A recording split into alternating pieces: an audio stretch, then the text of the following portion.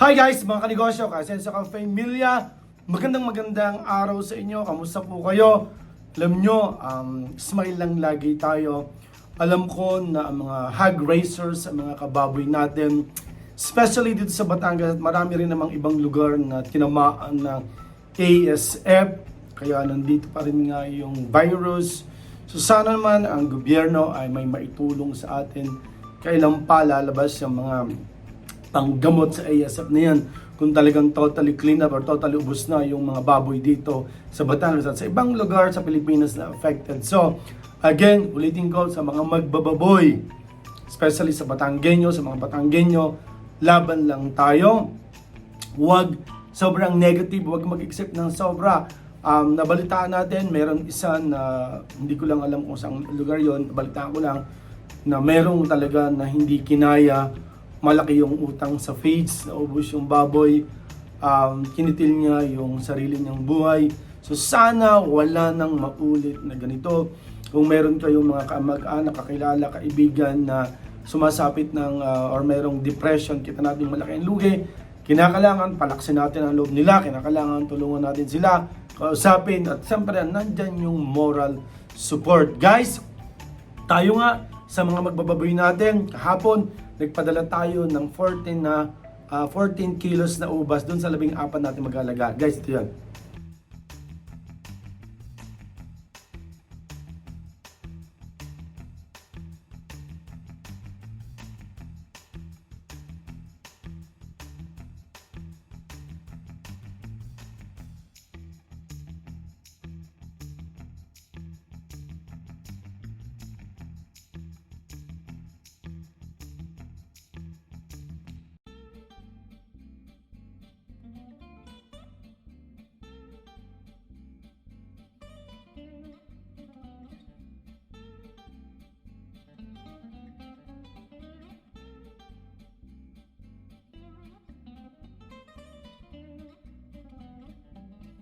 So guys, yun nga, kahit paano, kahit na napakalaki ng nalugi sa atin, tayo ay nagpaabot ng pampalakas loob, sabi ko nga, ubas, pampabuena sa ating mga kababoy. Guys, ano ba yung mga dapat gawin ng mga magbababoy ngayon kaysa tayo ay dumakdak sa GC, kaysa tayo ay mamroblema, kaysa tayo makipag-diskusyon ng diskusyon.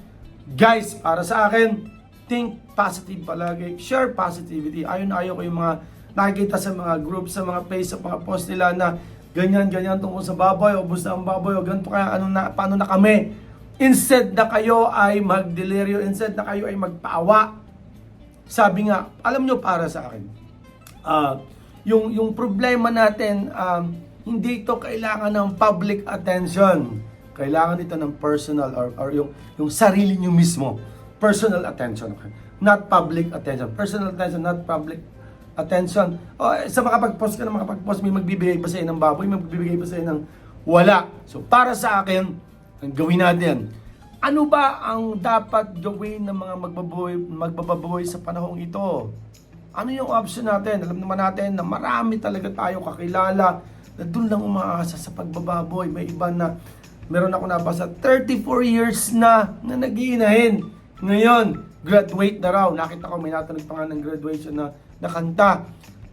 Parang 34 years na nagbababoy. Ngayon, totally clean up. So, ano nga dapat natin gawin? So, ngayon, kahapon guys, tignan yung picture na ito.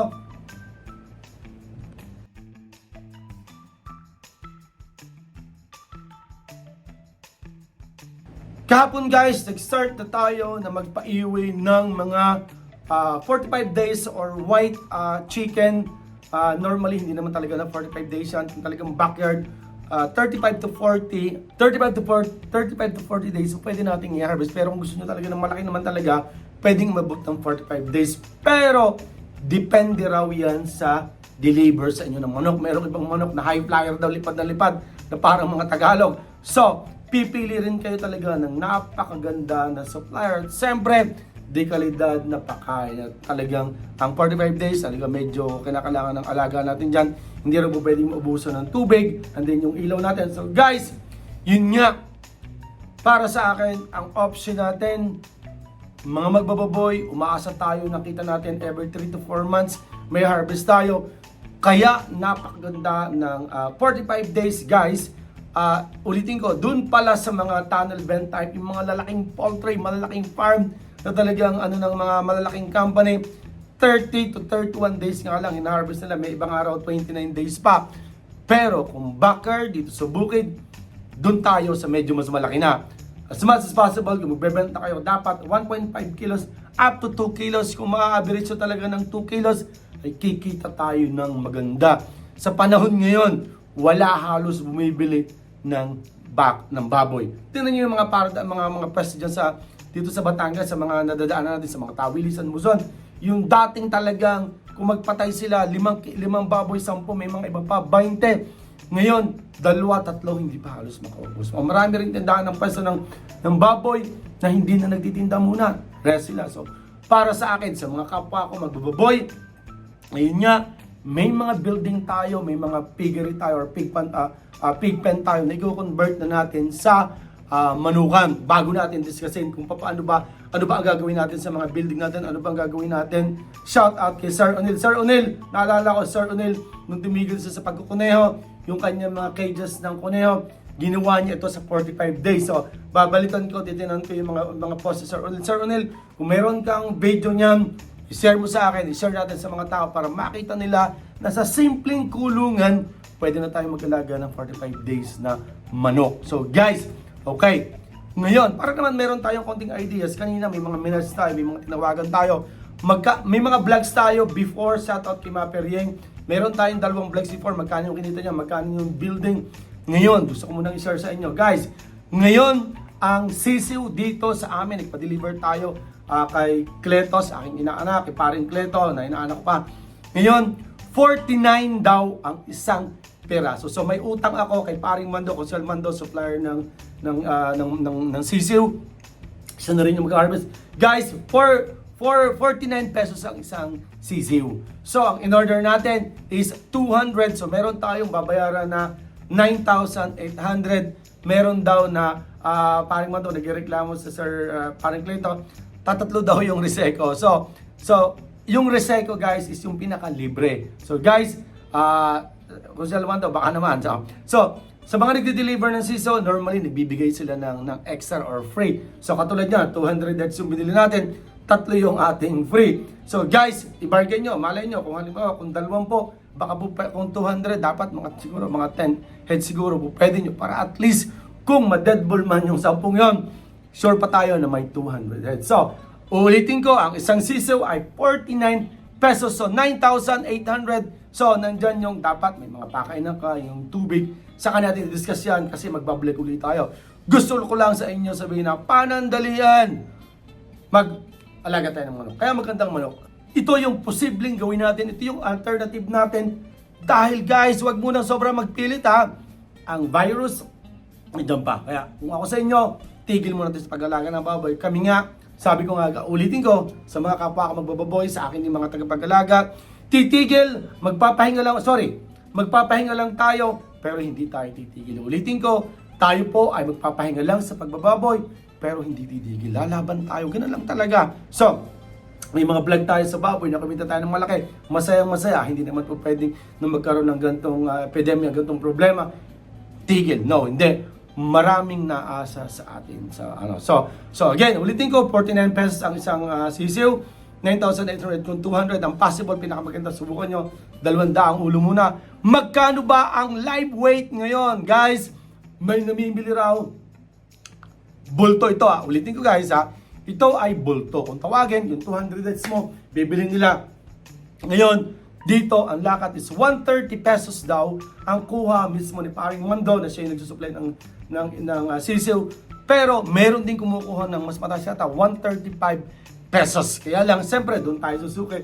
Pero alam nyo ba guys, kung kayo ay backyard lang na 200 heads, siguro pag nag 1.5 kilos, mag-start na kayo mag-post ng live chicken for sale. Magkano naman ba ang lakad dito? Guys, dito kung live na retail is 150 pesos per kilo. Kaya kung may 2 kilos yung iyong manok na binebenta, meron kang 300 pesos. Mas malaki ang kita kung retail Kaya lang, ang disadvantage naman dyan, hindi naman talaga biglaan. So, may kukuha ng isa, dalawa, tatlo. So, ang tendency, medyo tatagal yung pag-aalaga mo. Kaya lang, sabi ko naman sa inyo, ang kaibahan naman niya, kahit tumagal ang pag-aalaga ninyo, aabot ng 2.2, 2.3 kilos, palaki rin naman ng palaki ang benta. So, either way, may mga iba na gusto bulto na agad. 200 heads. Okay, medyo maliit na kita. Kaya lang, ang purpose nila, pag nabenta, 1 week lang na pahinga, benta na uli. So, ang kaibahan, kung baboy, 4 na buwan, 3.5 to 4 months, isang harvest ka na ng partner natin. Pero, kung 45 days ang inyong so nakatatlo ka na, let's say nakatatlo ka na, dalawat ka natin o nakatatlo ka ng harvest, isa pa lang sa baboy. So, yung kaya mong kitain dito sa baboy, guys, kaya rin natin kitain dito sa manok na puti. Kaya maganda, sa panahon ngayon, siyempre, wala naman tayong kapital pa dahil nga, nalugi tayo sa baboy, yung maliit na kapital, mabilis babalik, mabilis nating mapaikot. So, every 35 to 40 days, maximum of 45 days, napapaikot natin, may kita na tayo. So, guys, so sana, magkano naman yung kikitain? Baka naman siyempre tatanungin, mabilis nga magbenta, mabilis magpalaki, mabilis ang harvest, paano naman nakita? So, kanina, guys, kausap natin si Konsyala Maricar, meron siyang nagpaiwi sa paring mando sa kanila ng 200 heads. Ang kinikita pala nila is nagre-range sa 10,000 to 12,000 sa 200 heads. Guys, yan ay nung ang kuha ay 125 pesos ang kilo ng live weight sa bulto. Pero sa panahon ngayon, maaring umabot na rin ngayon dito ang bulto na live weight na 140 to 150, and then yung retail, maaaring umabot ng 160 to 170 pa nga ang kilo sa live weight kung retail. So, most probably, pwede tayong kumita ng 15,000 na tumataginting sa 200 heads lang. Mga kapital ko lang dyan ng 20 to 25,000. So, yung talagang exact figure, magbablog tayo, i-share natin. And then, yung building, kung paano natin, renovate, kung paano natin i-convert from piggery to manukan o 45 days na broiler, gagawin natin yan. So at least, guys, sana may natutunan kayo. Imagine niyo kung kumikita tayo ng 40 to, let's say average of 40 days, kumikita tayo ng 12 to 15,000. That's not bad. Paano kung every 15 days ay meron kang 12 to 15,000, magandang kita. So, imagine niyo, isa pa lang sa 40 to 45 days, meron kang 12 to 15,000. Kung meron kang dalawa na 400, kikita ka ng gano'n, na 15 every let's say 20 days, kumikita ka ng gano'n. Paano kung talagang every week, every 2 weeks, may kita tayo. So guys, mga Pinoy, likas na madidiskarte, likas na malalakas ang loob, bato yung dibdib, ang mga problema, dumadaan yan, tinatawanan lang natin yan, kayang-kaya natin. So share positivity, kaya natin lahat, kaya natin lampasan to, okay? Laban lang. Ulitin ko, wala pong titigil, okay?